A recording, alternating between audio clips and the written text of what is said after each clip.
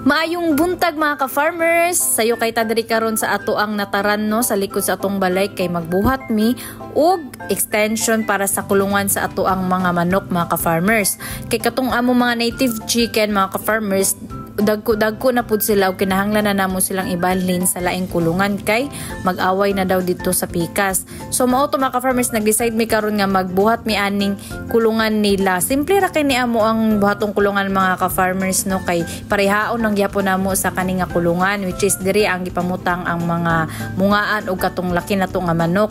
So sa pagbuhat ani mga ka-farmers, kinahanglan lang nato og puste nga magsilbing pundasyon para sa tuang kulungan mga ka-farmers para dili po dali kini nga matumba.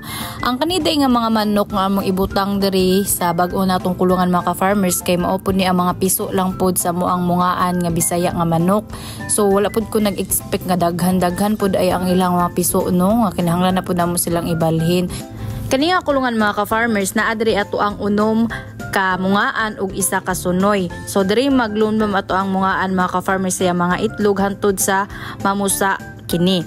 Unya ibalhin nato ang mga piso dito sa pikas kulungan mga ka-farmers kauban ang ilahang mama kay para dito sila managko. Ug kung prepared na jud ang mga piso mga ka-farmers ug kung dagko na sila, ibalhin na nato sila diri sa ato ang grower house. Pero karon nagbuhat pa may grower house for the meantime na apat to ang mga piso dito sa kulungan.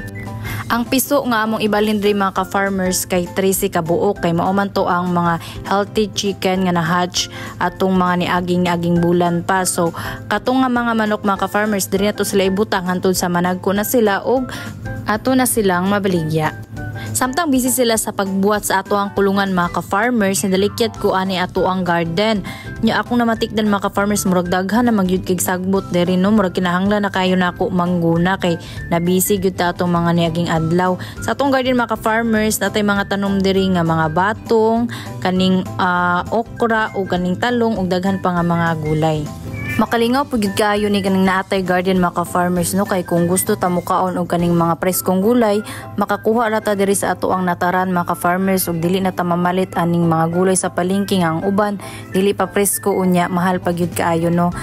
Unya dako kayo mong kalipay atong namunga ni among ukram mga ka-farmers kay kung nasugdan og pamunga ning ukram magsige pud ay ning sunod-sunod og pamunga unya wa mi puas og kinaon na ning ukra kay amo ra pud na siyang lapuan unya isawsaw ani ato ang ginamos lami na kay ato ang kaon ani mga ka-farmers.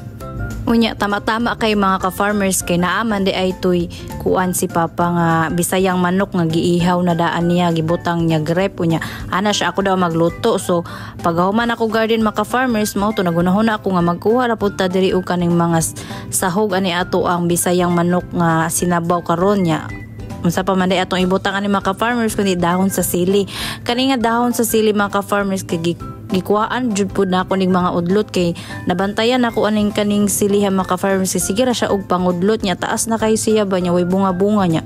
Mao to murag feel ako kailangan na nako siya putlan kay murag para manurok po ni iyang mga bunga mga ka-farmers no, kay sige ra siya og taas mo tong giputlan na lang po nako nya may pangapuslan kay maato pa siyang mabutang sa tuang sinabawang manok nya lami kayo na siya sabaw ato ang sili mga ka-farmers.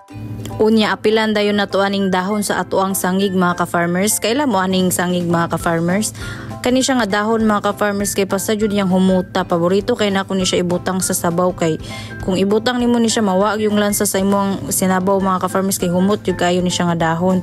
Mo jud gidagan-daghan jud ako siya ibutang kay lami kay no siya ibutang sa to ang sinabawang manok.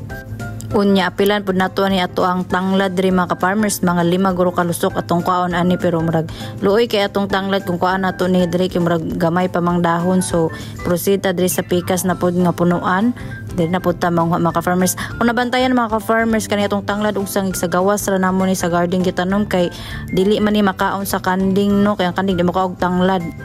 Charan, mauna na ato ang mga gulay nga natong nakuha mga ka-farmers pero kanang kamunggay mga ka-farmers kay dito ra namo nagikuha sa silinganan kay wala pa mi tanom mga kamunggay kay lisod kay magbuhig kamunggay mga ka-farmers kay kung matarog siya dili na niya matubo ug mamatay sumo nang mag-decide ko nga mangita na lang guro kog similya gyud sa kamunggay para mabuhi sa tuang garden.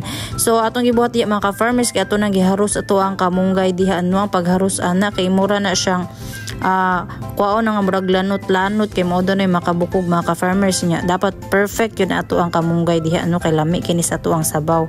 Mo na ang pag-tutorial sa pagkuan sa kamunggay o imo siyang kuan og lanot char. Kung naabot mo diri sa part sa ato ang video mga ka-farmers, pwede bang i-comment down below kung taga-asa mo para mahibalan pud namo mga ka-farmers kung asa pud naabot ang ato ang video. Salamat!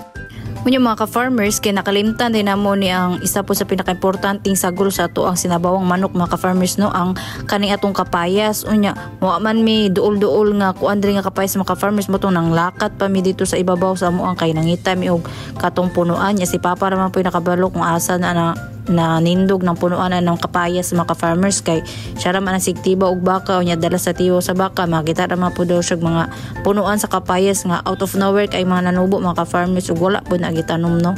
So moro gidala ko niya diri sa murag may saging-sagingan diri mga ka-farmers ibabora po ni sa amo ang balay niya naa daw diri kapayas. Pagtan-on nako oy naa jud ay siya kapayas no kaya wad pud ani akong papa kay makita jud siya kapayas diri.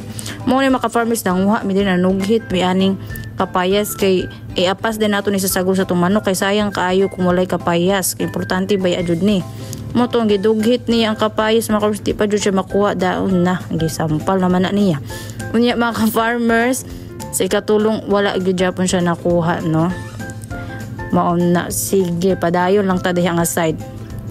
May mga ka-farmers iyan na jud ning gibali ang iyahang sugkit kay para makuha na diha nga side.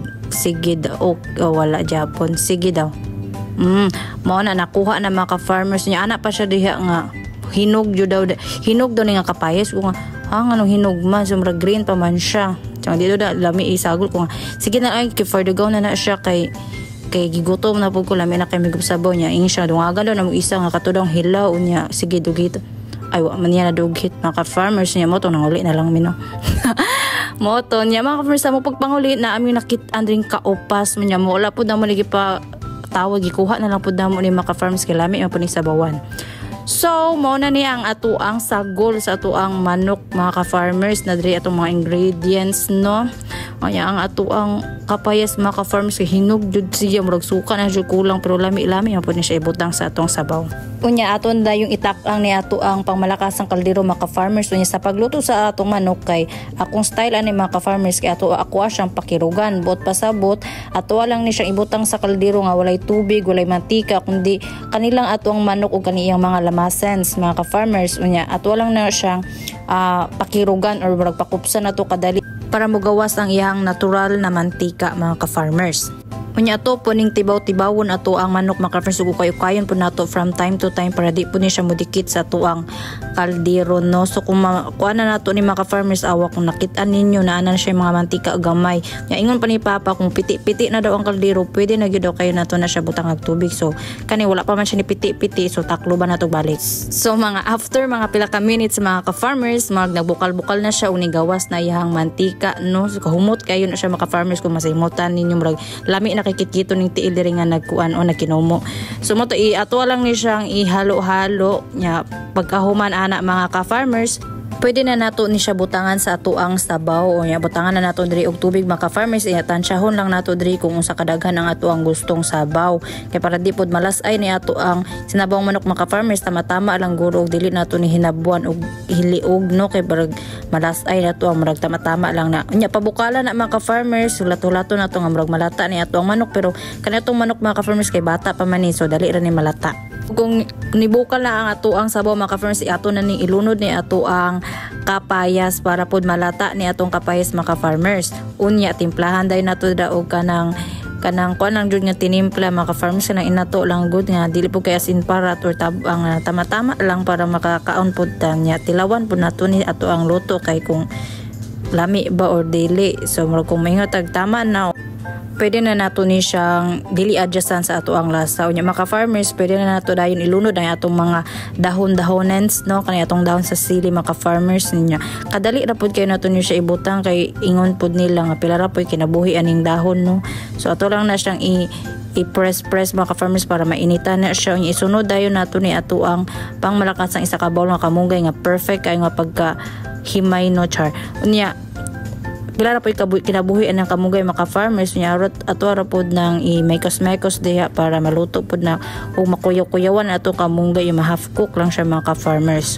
Ug mga pila ka minuto mga farmers pwede na nato ni hukado na ato ang sabaw para naanatay makaon karong paniudto. Tuara nag-aso-aso natong sabaw mga farmers sa stadyong kalami anino.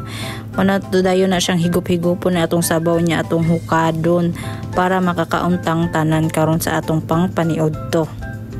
Murag lami gyud kayo ni ato ang sinabawan karon mga farmers o kapati iro nagtungkalo og nagulat sa ato ang sabaw. Ang favorite part din ako diri sa chicken mga ka-farmers kay kaning pako, no, sa sabaw kay wag lami jud kay ni supsupo na yang pako kay may mga bukog-bukog mga ka-farmers. Kamo mga ka-farmers, unsa inyong favorite part aning at kadang sinabawang manok kung kamo magluto? Tara mga ka-farmers, mga unta.